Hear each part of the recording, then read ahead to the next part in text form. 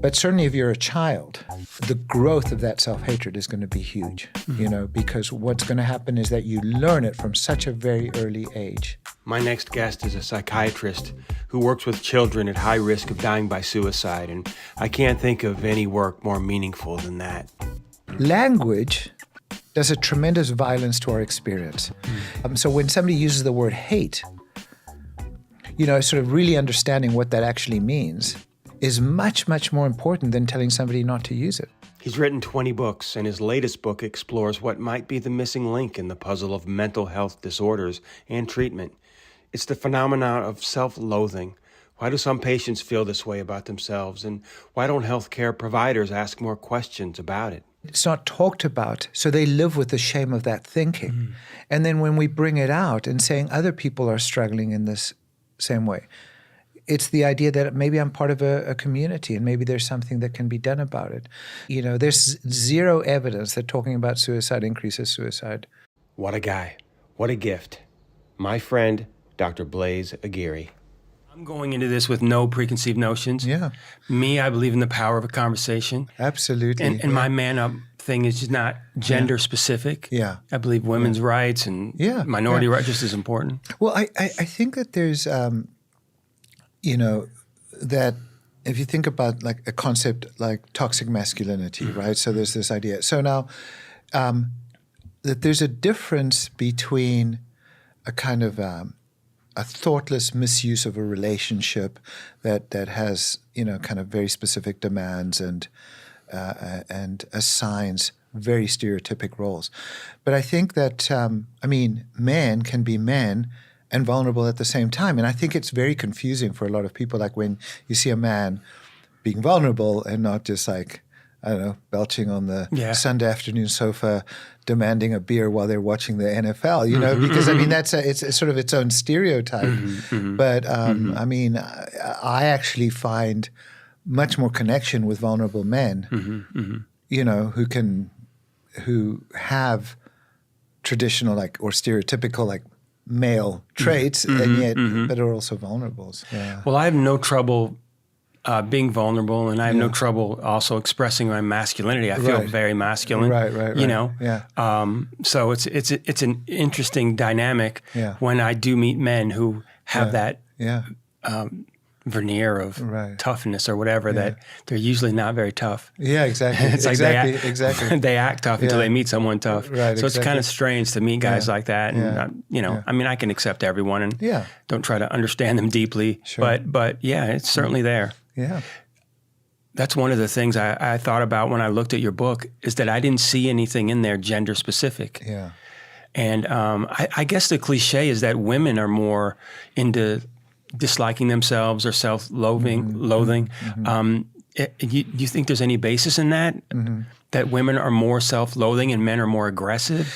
Well, I think that what the research seems to say, and I mean, I don't know that this is necessarily true, is that women tend to express or experience emotions stronger than men do. And there would be some evolutionary benefit to that, you know, that the woman who's bonded with her child and has a very strong emotional connection to that, while, you know, maybe the man is out there hunting or whatever it is, that there would be some benefit to that societally. You know, you've got the kind of the person with more testosterone going out and killing the elk, you know, while the female is nurturing the child so that there's more connection. And that if we jump forward to today, that, you know, many of the people described, but not all, are women in the book, you know, so maybe it's,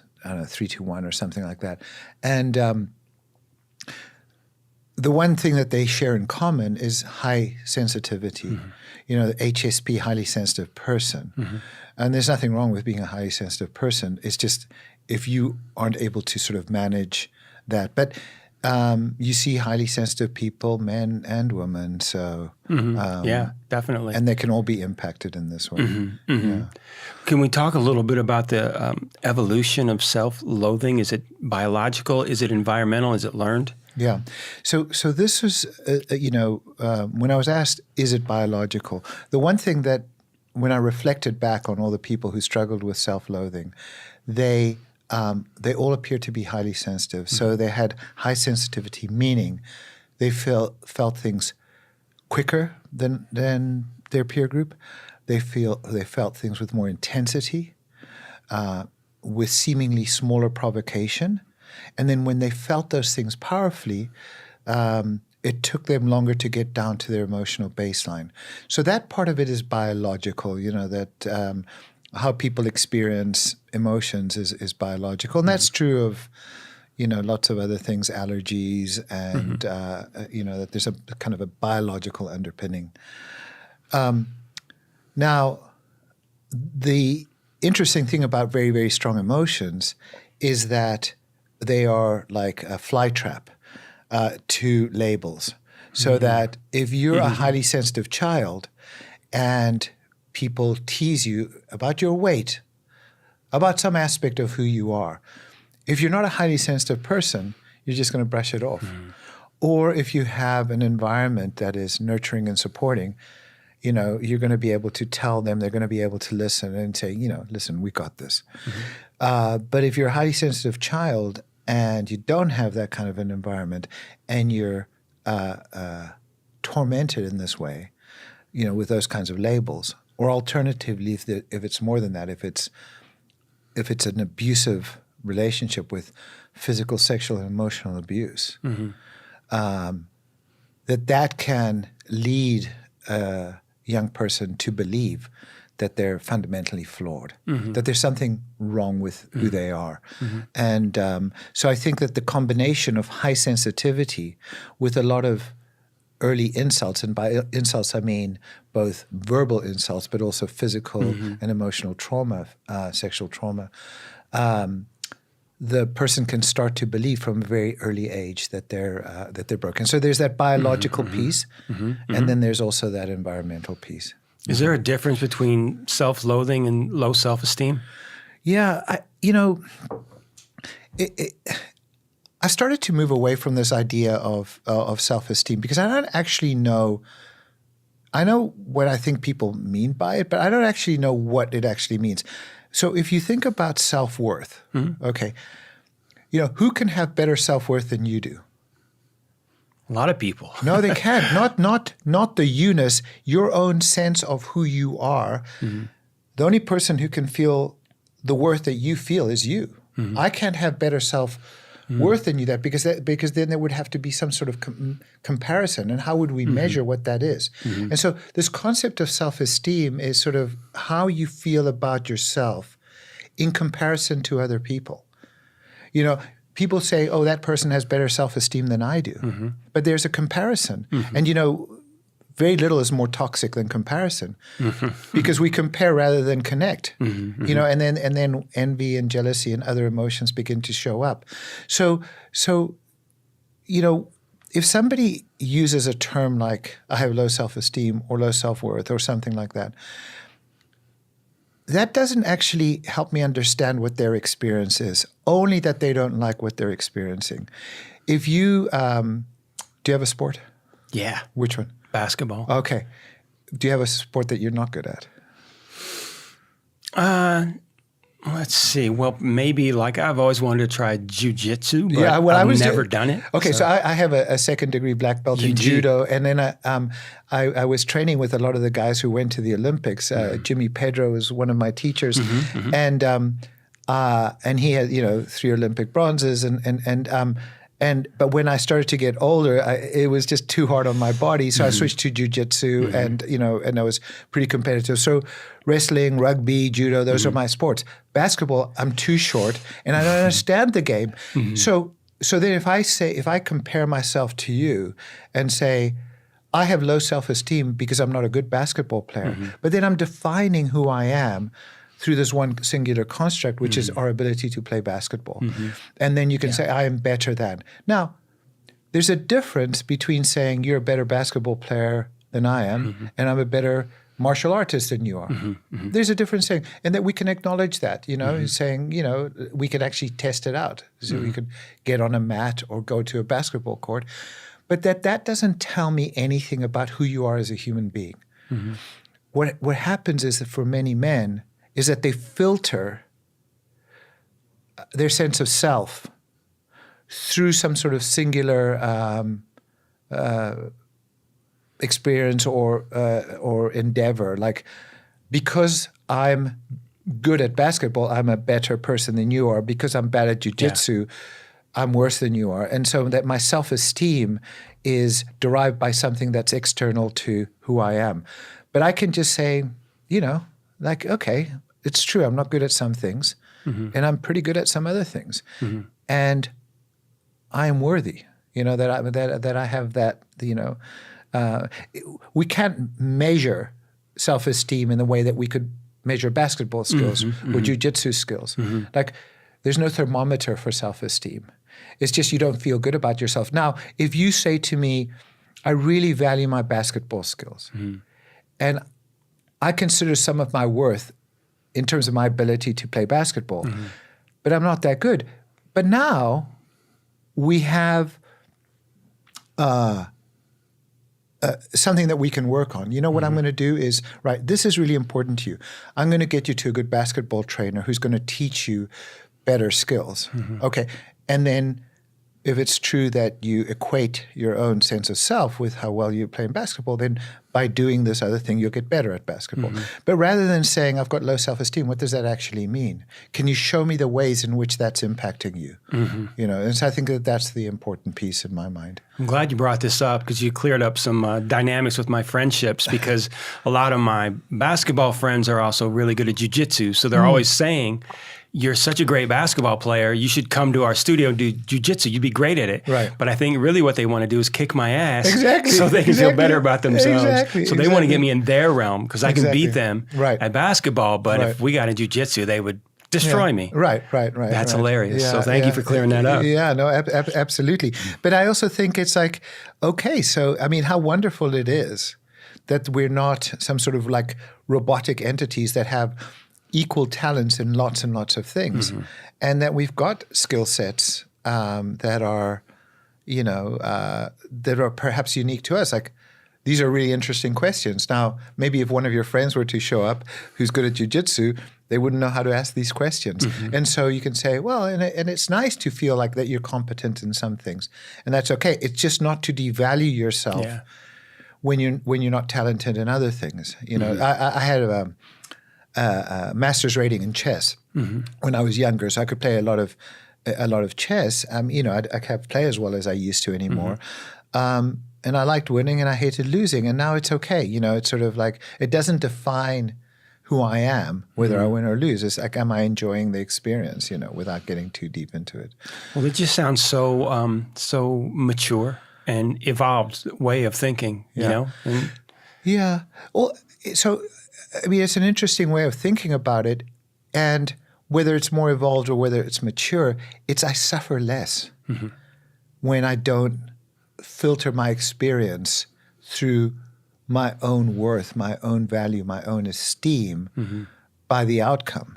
I just, you can think of it as more evolved, and one could say, okay, but at the same time, there's less suffering, I think. Yeah. Are you a parent? 4 children. 4? Yeah. Are families defined by the person that struggles the most? Do they take on the most attention in a family? Most attention. I mean, I think that that somebody who struggles a lot gets, ultimately the attention that they need. I mean, if your house is on fire, and sadly you've experienced a lot of that here, that's where your focus is. Yeah. And then are you going to be defined by that? And you'd say, well, no, because that's what I needed to do at that time. I was losing things. I needed to deal with what was going on. And so when there's crisis, yes. Now the question is, do you continue to live as if there's a fire, even after the fire's been put out? And that's when it can become problematic. So even if you've dealt with whatever the issue was and that things are flowing nicely, but then you as a parent keep on saying, I worry that this is going to happen, and you continue to ruminate and act as if the fire is still on when it's passed a long time ago. So I think something like that. It's a great metaphor, to help me understand that. And as far as self-loathing and negative thoughts go, it's like there was a quote in your book that I really loved, and it was Marcus Aurelius. What was it? We are colored by the dye. I can't remember, but it's basically like we are colored by our negative thoughts or positive thoughts. Exactly. So how do we deal with negative thoughts in a way? It's like there's cognitive behavioral therapy, obviously. And does it work for people to just say like, I'm good, I'm good, I'm good, I'm good? Yeah. And so what is the way that we deal with negative thoughts? You know, is it a lot of it drugs and just exercise and sleep and diet, or, you know, how do you deal with that with different clients? Well, do you identify as male? Yes. How certain are you? 100%. 100%. Yeah. Could I convince you that you're not? Do you think? I don't think so. You don't think so? No. So are you having a negative thought that you're male? No. No. That is just your certainty. Yeah. Okay. Now, if you were to say, you know, maybe you meet someone and maybe they think, you know, like, I don't know, like you're not such a good basketball player or something like that. Well, it happens to be LeBron James who's telling you that. We'll say, of course, like relative to him. And I can contextualize that. I can sort of think of myself as, yes, I'm better than many people. I'm also worse than other people. And I can put that into context. The problem with self-hatred, the self-hatred that I'm talking about, it's as certain to the people who I'm working with as you being certain that you're male. Wow. It is that certain. So what I'm saying is, it's like, I say, well, do you have a problem that you're male? And I'm just going to make this as a discussion of like a binary world where there's male and female, you know, and I understand that, you know, that people struggle with their identity at times. And I'm just going to say, and that there's nothing, you know, and if I were to say to you, I want you to start challenging that thought. And by the way, go and tell Erin now that you're that you're female. That you'd sort of say like, you know, what would happen if I continue to insist that you have to think that way in our relationship? Eventually, I think it would affect me. Yeah, and what would it do to me to keep on insisting that that's what you are and that you're not dealing with it, when you're so absolutely certain that it is true? It would cause doubt, especially if I was a child in my younger years. 100%. And also, but if I were to do that to you today, you say, I know I am. Like, what are you talking about? This is not what I want to work on. I want to work on my basketball skills, not whether I'm male or not. And so what I'm talking about is that core self-hatred it's almost like embedded in the sense of who you are. You don't see it as separate from. You can have, you know, say you have schizophrenia perhaps, and you're hearing voices that other people don't hear, and that you can maybe be convinced that, wait, that is an experience that I'm having that is, you know, is a manifestation of mental illness or something like that, or I'm feeling depressed and this is not normally me. But when you don't, when there's an experience that you don't question because you feel it's part of you, you know, it's so it's that kind of thing. So it's different from having a paranoid thought. I believe that, you know, the police are out to get me all the time or something like that, and that you can say, okay, look, you've got this delusion, and you know that you can work either cognitive behavioral therapy or medication. This is not going to change in that way. Wow, it's not going to fundamentally change you. Because you are who you are. Right. And that's part of who I am. So, yeah. Wonderful acceptance. Wow. Yeah. Can I just ask you personally, you know, I believe that healed people heal people. Yeah. And I just want to ask you a personal question of why would you get into this? You're obviously very smart. You've helped so many people. Yeah. What is it that got you involved in this? Yeah. So I work with very, very suicidal people. And we've had a lot of success in helping people who are suicidal not be suicidal, using dialectical behavior therapy, which is a form of cognitive behavioral therapy. It's cognitive behavioral therapy plus mindful awareness and acceptance. So it's a very powerful treatment. And yet we've lost some children to suicide, which is absolutely devastating.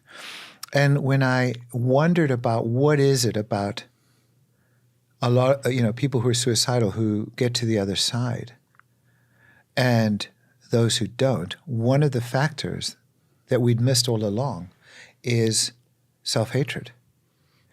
And then when I started to ask it as a question with new patients, when I started to ask about how they saw themselves, how they viewed themselves, and especially for people who didn't like themselves very much, they started to talk about self-hatred. And then I started to worry is that, wait a second, some of the people that we've lost to suicide hated themselves. I now have patients currently telling me that they hate themselves. I'm worried that this might end in suicide. So I started to think about, well, okay, let me find a treatment for self-hatred. And there was, treatments for obsessive compulsive disorder and major depression, bipolar disorder and schizophrenia, and other treatments for brain disorders where a person's unable to function in a way that they'd like to function. But I couldn't find a treatment for self-hatred. And then when I went to the literature, there was very, very little on self-hatred. And so I thought, okay, I have to help people with self-hatred. But all the cognitive behavioral therapies that I tried didn't work. But your original question is what got me into it, because, I think I stumbled on it because it wasn't like I had struggled with self-hatred. I mean, we've all had self-criticism, things that we wish we hadn't done, or some self-judgment and, feeling stupid or whatever it is. And then it just teaches you that I have to maybe do something else in those situations. So I hadn't struggled with that, but what I couldn't understand is how people who I cared about so deeply didn't like themselves. And often they thought that I was sort of kind of a funny guy because they thought, oh, it's so cute that you like us. But if you could see how dark we are inside, how evil we are, how toxic we are, you wouldn't. And I said, well, I don't know, what are you doing going around and killing little puppies? What is this evilness? They said, you don't understand. It's part of my core. Wow. And it was very hard to argue against somebody who had that belief in the same way that I can convince you that you're a woman. I just can't, there's nothing I can say that's going to do it. Even if I showed you a genetic test that wasn't, you'd say, well, this is bizarre, but no, I'm male through and through, I just can't convince you. And then if I would continue to push, it would upset people saying, stop. Like, I'm here for therapy. I'm not here for this. So, yeah. Is self-loathing in itself a disorder? Well, see, that's a really interesting question. And initially, I didn't think of it in that way. I thought of it as part of, so I mostly treat people with borderline personality disorder, some people with eating disorders. So I thought of it as kind of a component of these states. But what was interesting is that even when people were effectively treated for those conditions, that the self-loathing, persisted in the same way that, that if you had depression and you're treated for it, you're still a male, in that same way. Yeah, that isness persisted. And it did, people did start asking me that question is like, is it, it can be part of something, yes, but is it its own entity? And I, the more I think about it, the more I think it might be, because it does seem to be transdiagnostic. Yeah. Well, I don't know what transdiagnostic means. Transdiagnostic means that it's a phenomenon that you can find in many, many diagnoses. Okay. So you can find it in this diagnosis, this diagnosis, Sure. this diagnosis. And it can also be independent of those diagnoses. So it's not only, to do with that condition. Yeah, that makes sense. Well, sometimes some of the self-loathing, jokes are work so well with comedians, and they're the funniest jokes there are. I don't know why, because we all deal with self-loathing and self-hate and make fun of ourselves. So, I don't know why that's so interesting and why that's so true, but it is, Mine is that, with my luck, I'll be reincarnated as myself. Right. I don't know why those jokes work so well, but. Well, I think, something is the way I see something as being funny is that when it speaks to an experience that has been hidden, and sort of like the joke is revealed, because it just says something along the lines of, this thing that was inside of you that was hidden. Not only have I experienced it, but I'm dealing with it through humor. The only problem that I find is that sometimes if you hide behind humor, it can be an avoidance of actually dealing with a problem. So it's okay. I mean, it's okay. And if that's the mechanism through which self-loathing is revealed, okay. Wow. But on the other hand, you don't want to just continue to laugh about it without kind of addressing it. Yeah. Well, there's a word and an issue that you said you deal with a lot, and for me, it's like make my palms sweat, and it is the very idea of suicide. It's a word that's, it's such a big deal. It's something that I know I'm safe from it because it scares me. Yeah. And I wondered if talking about it as much as we're trying to do, and that NAMI's trying to push forward. Is that a good thing or a bad thing? Because the more we normalize it, maybe it'll actually become like a real thing to some people who may not go that far. Is that a fair question to even ask? Well,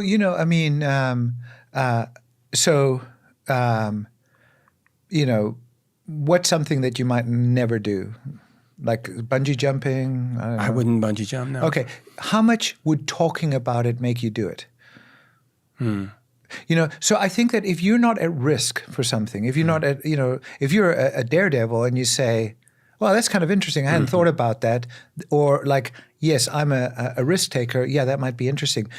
But people worry sometimes that talking about something is going to make someone do something. Yeah. And the truth of the matter is, if you're not vulnerable for something, you're just not going to do it. It's just like, it's not going to say, oh, wow, I hadn't thought of that. I think that's a good idea. Maybe I should try that. And for the people who've struggled with that as an idea, suicide as an idea, but it's not talked about, so they live with the shame of that thinking. And then when we bring it out and saying other people are struggling in this same way, it's the idea that maybe I'm part of a community and maybe there's something that can be done about it. So I do think that there's zero evidence that talking about suicide increases suicide risk or rate, but certainly stigmatizing it and making it shameful probably accelerates the chance that people will, because they don't want to talk about it, so they live with it, and now that's a painful burden to have to carry, and so it puts them at chronic risk. The title of your book, I Hate Myself, is that intentional? Because it's not exactly it's not a positive message, Right. although the journey of the book Right. and dealing with it is positive, but it's very catchy. Right. When I saw it, I immediately wanted it. Yeah. Yeah. Well, so what happened was, I had written a lot of the manuscript, and I was thinking about, initially they wanted a very aspirational title, like, learning to love yourself or something like that. Yeah. And when I spoke to my patients with lived experience, and I said, would you buy a book that says learning to love yourself? Absolutely not. If I were to say again to you, like learning how to be a woman, you'd say, I'm not going to do that. It's like, it's part of my core identity. It's like, I'm not buying that book. And so then it was like learning to, like addressing self-loathing or something like that. And then I I thought, okay, loathing sounds maybe less harsh than hatred. But when I spoke to my patient, they never said I loathe myself. They said I hate myself. And, so when we were going back and forth in terms of the title, eventually they said, well, what did your patients tell you? And they said, they tell me they hate themselves. So there's the title. Wow, great. Yeah. It's interesting. I have to tell you that in my household, I have two daughters, 14 and 10. Yeah. And we don't say the word. We don't say the word. Yeah. We call it the H word. Yeah. And it's something that is not new. We've done it their whole lives. Yeah. And I've heard my eldest say the F word. Yeah. And yet the H word is not spoken in our home. I don't know why we came up with that, how as parents we came up with that. Yeah. But every time they said that word, we just thought that's just not a nice word. Right. So I don't know if that's valuable, but to us, we just don't think that's like a word that is not useful. It's just a better way to describe it. Well, so I think, I was hiking with my son in outside Vegas in the desert. We went for a couple of days. He's a social worker. And I said to him, we wanted to go on like a bonding trip, like father and son. And I said, with a little bit maybe of arrogance or maybe narcissism, I said, tell me all the brilliant things that I've ever taught you. And he said, Dad, I don't remember a single thing. But you know what? I remember how you made me feel. Oh, wow. And I felt safe. I felt loved. And so I think that, we're constantly trying to teach our children stuff. And some of them, sort of like, how do you pick up a Cheerio so you can stick it in your mouth?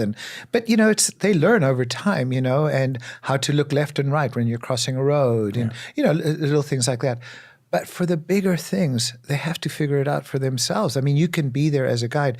And so one of the things that I tried to do was that if ever there was an experience like that, rather than just block it, is saying, okay, let's sit down and see what you actually mean by that. Like in the way that you're conducting this interview with great curiosity. Like just say you're sitting with your kid and they said, I hate this person, or I hate myself, or I hate my sister, or whatever it is. What do you mean by that? Language does a tremendous violence to our experience. I say that this is a cup, and you say, okay, that's useful in me understanding what this is. But if I were to say, draw a chair, and I'll draw a chair, who knows? The chairs may look different or may look similar, but they'll probably look like something that most people would recognize as a chair. But already, if you have more and more people, how they draw a chair may be different. So if you take a conceptual emotion like love, you understand what that means to you. I don't know if it means the same thing to you as it does to me. And so when somebody uses the word hate, sort of really understanding what that actually means is much, much more important than telling somebody not to use it. Because well, why shouldn't I use it? And maybe what I mean by that, strong dislike for, temporary dissatisfaction, who knows what that means. But and then what'll happen is eventually they'll grow up and they'll be out of your house, despite your best attempts to keep them. Yes. And that word will come up and they won't know how to deal with it. So it's much, much better that at this point in time, you sort of address like, what do you mean by that? Like what's actually going on? Yeah. Okay. They say like, I H this girl. And I'm like, okay. Yeah. Well, okay. Now, by the way, even within that context, like there's this massive range of like, I will never be friends with this person. I really, really dislike this person versus like, I don't like that she didn't invite me to her birthday party. So what you want to do is you want to stretch out the concept into levels of dissatisfaction. Because even hatred, I mean, who do I really hate? I mean, there's a lot of people that are, strongly dislike. But I mean, they're not worth my time to hate. Exactly. In a certain kind of way. So even if they were to say, I hate this girl, like, okay, you're talking about the word hatred. So what do you actually mean? If she says, she has a party once a month, I never get invited. You can validate how disappointing it would be to not get invited to a party that all your friends go to. Mm-hmm. But by hiding the word hatred or preventing it from being spoken, you can't then examine that. So can you just say, rather than saying, I hate this girl, it's like, it really makes me sad that she never invites me, and because of that, I don't like her. Mm-hmm. Okay, much different concept. I think it's kind of what's happened, though, because they don't want to say that word because they know we don't like it, so they do find a way to express their feelings in another way. So. Well, and if that's the case, then it's okay. It's not. I'm not prescribing this as a cure-all, not to kind of address the fact. And if that has led to a more precise definition of what's going on, I think it has. Well, that's or good. They're just going to AI and figuring out. Right. Right. But I know you have a passion for AI, and I would like to talk about how AI can be involved in mental health. Yeah. And I do know, because you had a chapter on it, so I have read a little bit about what you think about it, and your main takeaway that I took away, maybe my main takeaway is that computers can't feel. Exactly.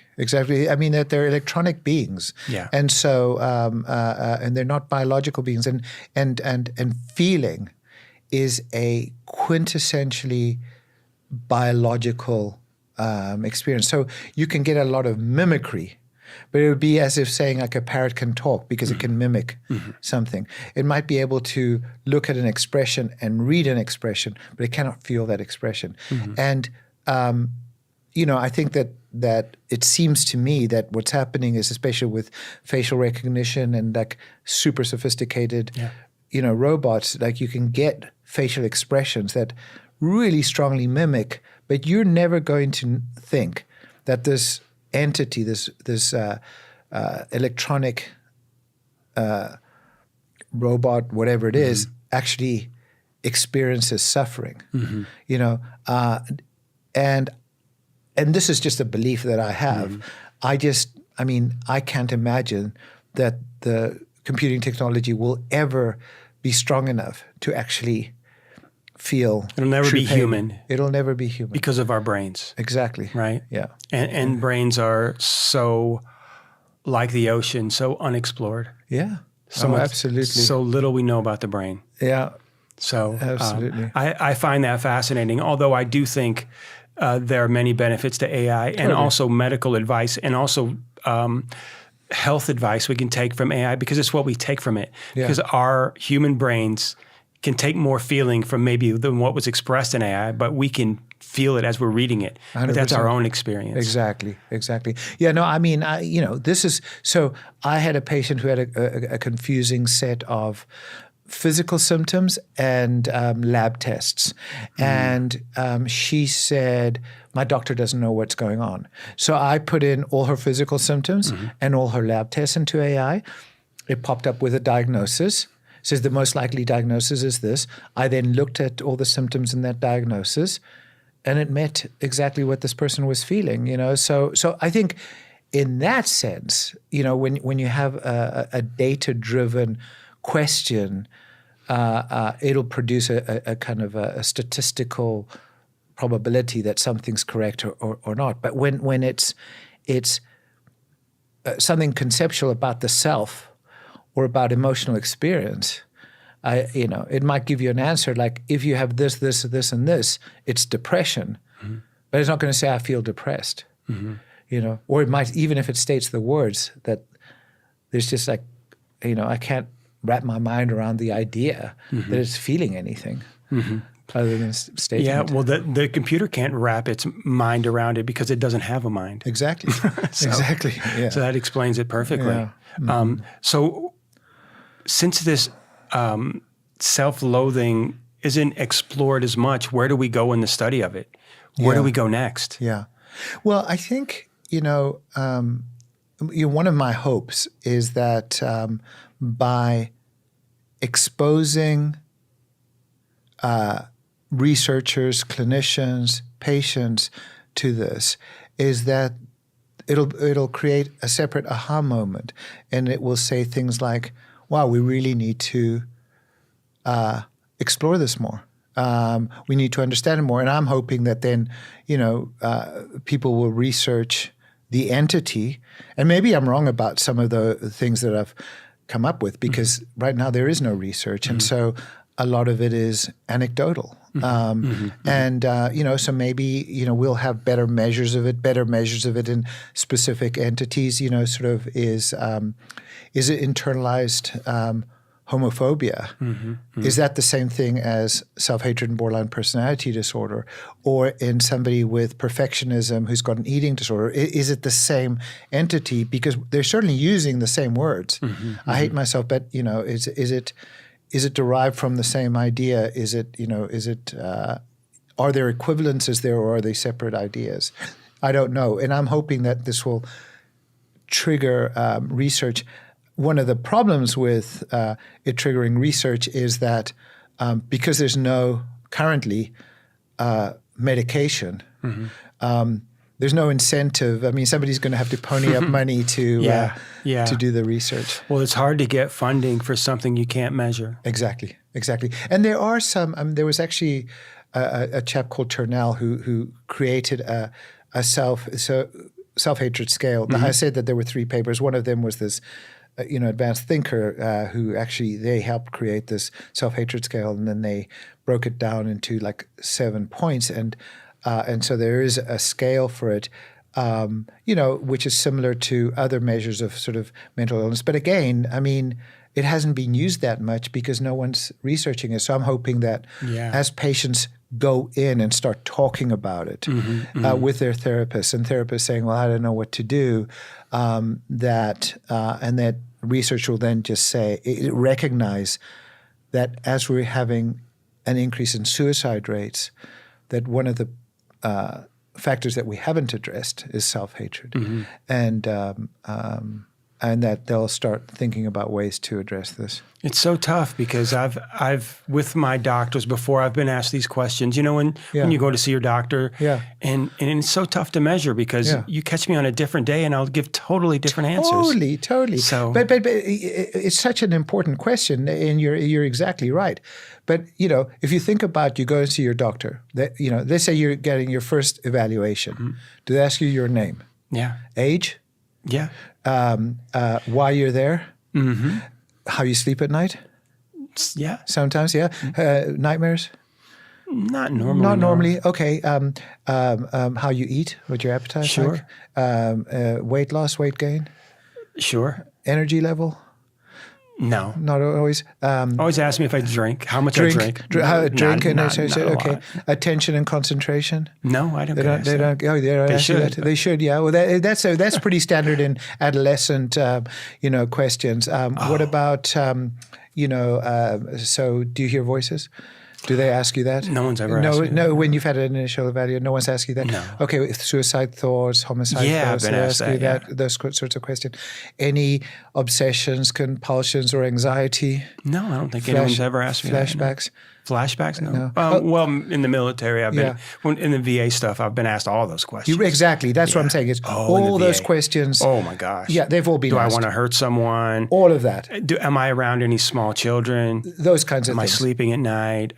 Yes. Have I ever had thoughts of hurting someone? 100%. So you do get asked those questions. Well, yeah. In the past. That's what I'm saying. That would be standard in terms of psychiatric evaluation. Yeah. How many times have you been asked whether you hate yourself?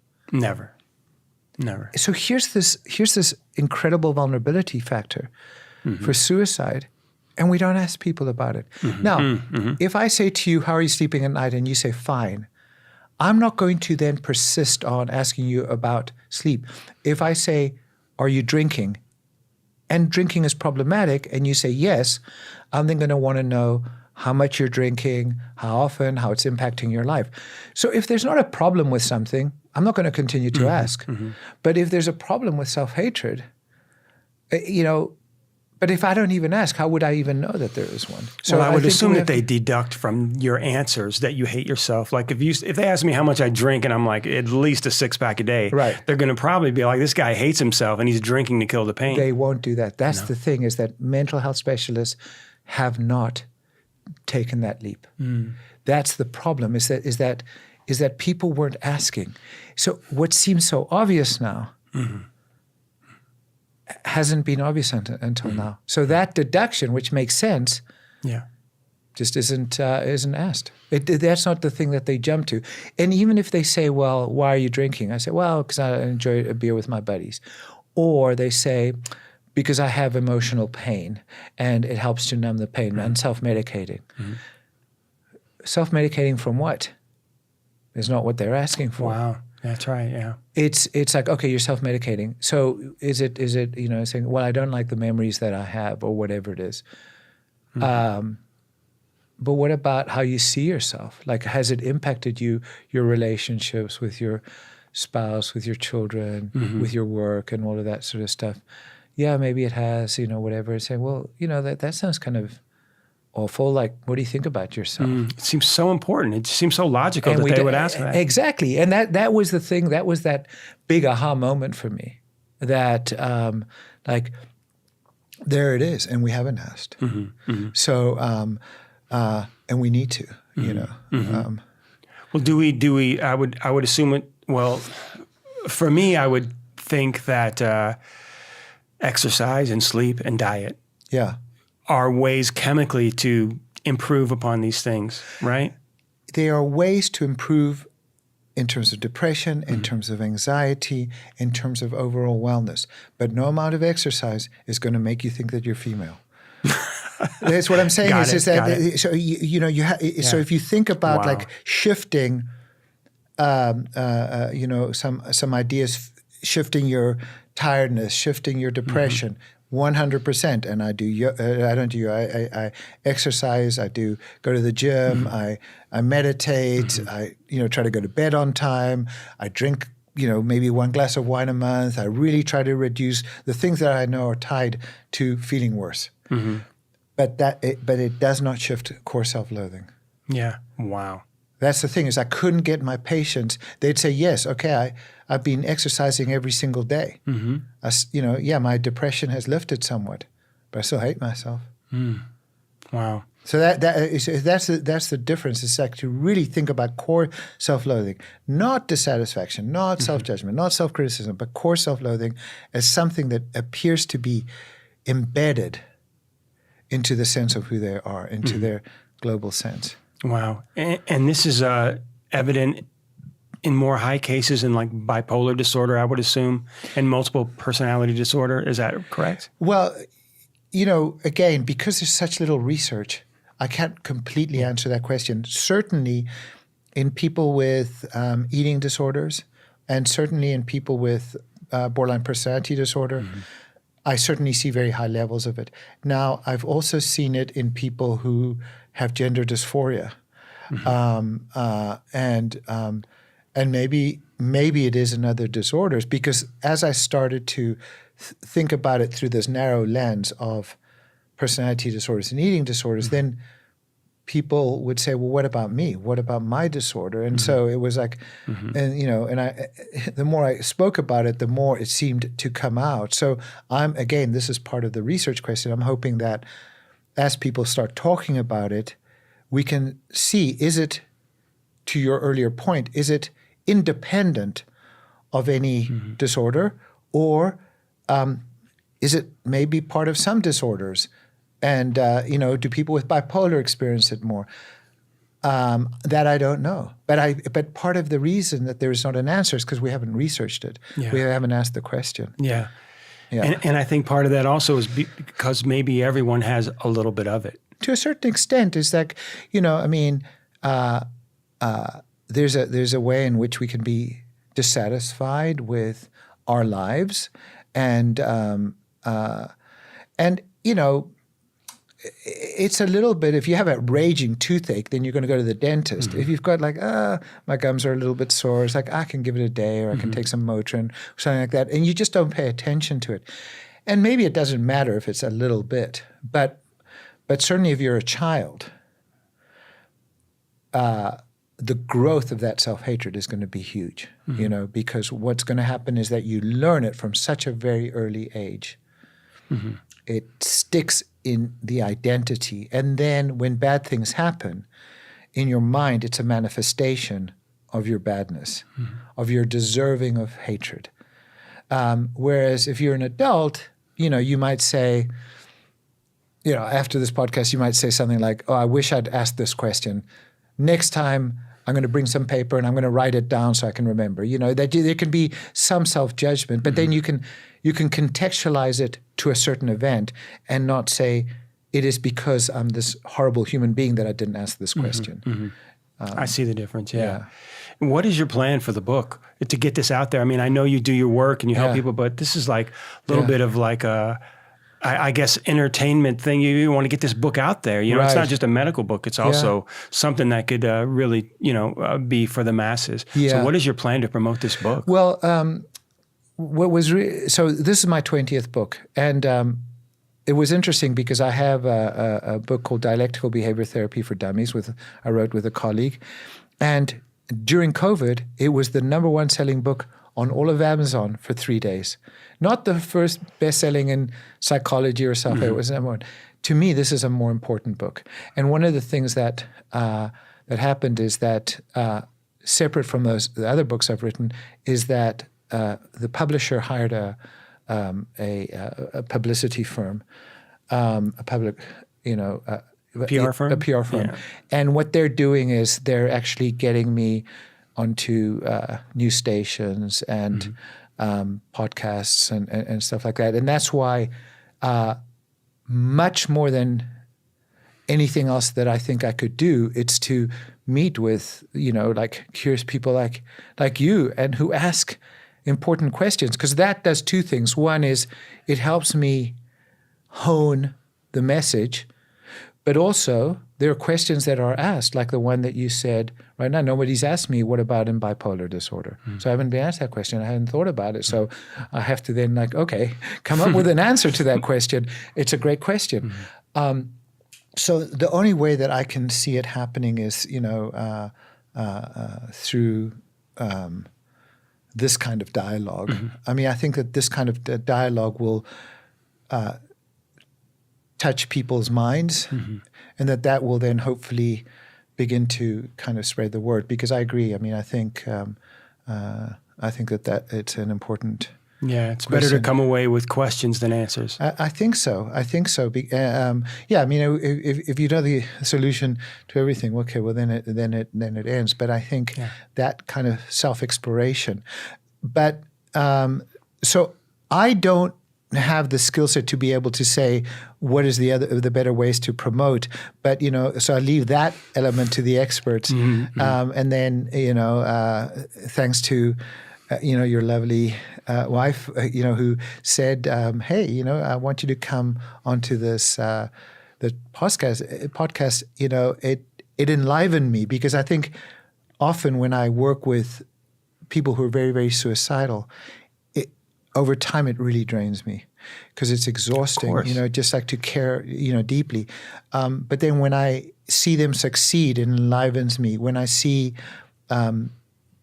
people take this kind of matter really seriously, it enlivens me, and it makes it feel purposeful. So it is, and I'll tell you, when my wife said, my wife is always, I get to talk to who I want to. It's a real blessing of doing this podcast, and she knew that you and I would get along and have a good conversation, and she showed me your book, and when she said, "Randy, you're going to love this book," and the book says, "I hate myself." Yeah, exactly. And so I was like, wait a second. And it caused some deep thought. And then we ended up having the most amazing conversation and saying, like, do I hate myself? Is that why she gave me this book? Of course, we came to the conclusion that I don't. Right. And that I don't really deal with that subject. Right. But the fact that it's such a undiscovered subject, that it's written really well, and that it's a fascinating subject that I would like to dive into. And she knew you and I would get along. She's known you for years. So I've been looking forward to this, and I want to let you know if there's anything I can do to help get this book out there, I'll do it. Yeah, no, thank you so much. And I think, there are going to be, many people who don't experience any kind of self-loathing, or certainly not the kind of self-loathing that causes them to choose drugs and alcohol to escape, toxic relationships to escape, self-destructive behaviors to escape. And but I think that we're currently living in a world that tells you that you're not enough. you're not smart enough, you don't have a six-pack enough, you're not strong enough, you're not, your skin isn't beautiful enough. And by the way, if you buy my product, you'll feel better about yourself. So we market to self-hatred. That there's a massive market to self-hatred, massive market for self-dissatisfaction. And then what happens is that, again, that market forces us to, or it compels us to compare ourselves to that other person. Wow, that person's got great six-pack and can dunk a ball, but I can just touch the rim. If I get those shoes, if I get pay for that training, I'm going to get better. And then I'm in opposition with you, because now it's that comparison rather than sitting here as we are, connecting, talking about something. And so, first of all, I thank you so much for offering, to help. But, so certainly, anybody who'd be interested, I'd be constantly happy to talk to them, as I was last night at NAMI, and then this morning, and then today here with you. I want to add to your analysis of self-loathing being marketed to purchasers. We also recruit young teenagers to fight wars using self-loathing. Right. Us against them. Yes. And improve yourself. Right. So it's also used to recruit young men to fight wars. Exactly. It's unfortunately. It's really, really sad. And I've met some of the people that I've spoken to in recent years, and some who I've grown very close to in the Marines, said that the person that went in as a 19, 20-year-old, gung-ho about their country, and then learned about the lies that they were being fed, understanding that in their invasion of another country whose policies we didn't agree with, that then people fought back because we were invading a country. And then when you kind of reflected back, I would also defend my country. And who's to say that our policies are better than their policies? And maybe I was fighting an ideological war, not because it was my ideology, but because I was fed a narrative that wasn't true. Yeah. And I think that that's part of this whole idea in terms of our own programming. It's like, how are we programmed? But when the programming of the early child, the young child, is that you're not enough, then we have a problem. Yeah. I often think of myself at 17 when I went in the military. Yeah. I'm bigger now. I'm stronger. Yeah. I'm smarter. Yeah. But I wouldn't have a chance in a fight to the death with myself at 17. Right. Yeah. Not at all. I was brainwashed. If you want a perfect killer, brainwash a teenager. 100%. And when you teach them that is true. So if you think about that as a 17-year-old, but tell a 5-year-old that they are worthless through some messaging.